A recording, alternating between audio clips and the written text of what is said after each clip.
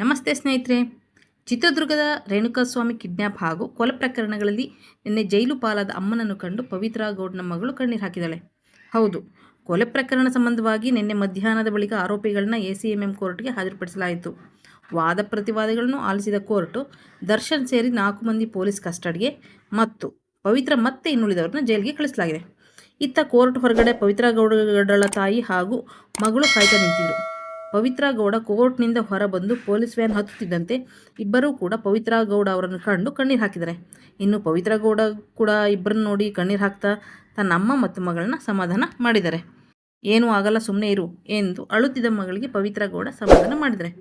ಅವರಿಗೆ ಹೆಚ್ಚು ಮಾತನಾಡೋಕ್ಕೆ ಪೊಲೀಸರು ಅವಕಾಶ ಕೊಡದೆ ವ್ಯಾನ್ ಮುಂದೆ ಹೋಯಿತು. ನಂತರ ಅಳುತ್ತಲೇ ತಲೆ ತಗ್ಗಿಸಿಕೊಂಡು ಪವಿತ್ರ ಪರಪ್ಪನ ಅಗ್ರಹಾರ ಜೈಲಿನತ್ತ ಹೊರಟರು. ಇವತ್ತಿಗೆ ಮೊದಲನೇ ದಿನದ ಜೈಲು ವಾಸವನ್ನು ಮುಗಿಸಿದ ಪವಿತ್ರಾ ಗೌಡಳಿಗೆ ಕೈದಿ ನಂಬರ್ 6024 ನಂಬರ್ ನೀಡಲಾಗಿದೆ.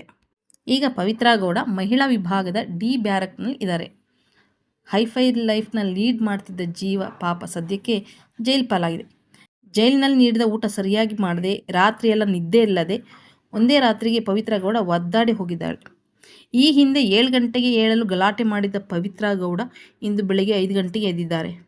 ಬೆಳಿಗ್ಗೆ ಜೈಲಿನ ತಿಂಡಿಯಾದ ಉಪ್ಪಿಟ್ಟು ಕಾಫಿಯನ್ನು ಮಾಡಿ, ಮಧ್ಯಾಹ್ನ ಅನ್ನ ಚಪಾತಿ ಸಾಂಬಾರು ಮಜ್ಜಿಗೆ ಊಟ ಮಾಡಿ, ತನ್ನ ಕೊಠಡಿಯಲ್ಲಿರುವ ಸಹ ಕೈದಿಗಳ ಜೊತೆ ಮಾತನಾಡದೆ ಮೌನಕ್ಕೆ ಶರಣಾಗಿದ್ದಾರೆ.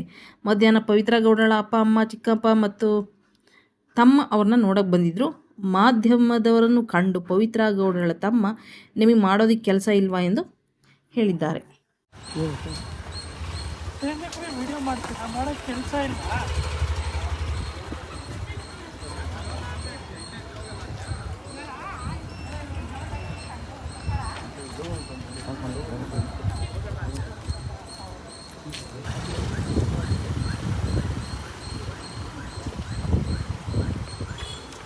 ಮಾಡೋಕ್ಕೆ ಕೆಲಸ ಇಲ್ಲ ನಿಮಗೆಲ್ಲ.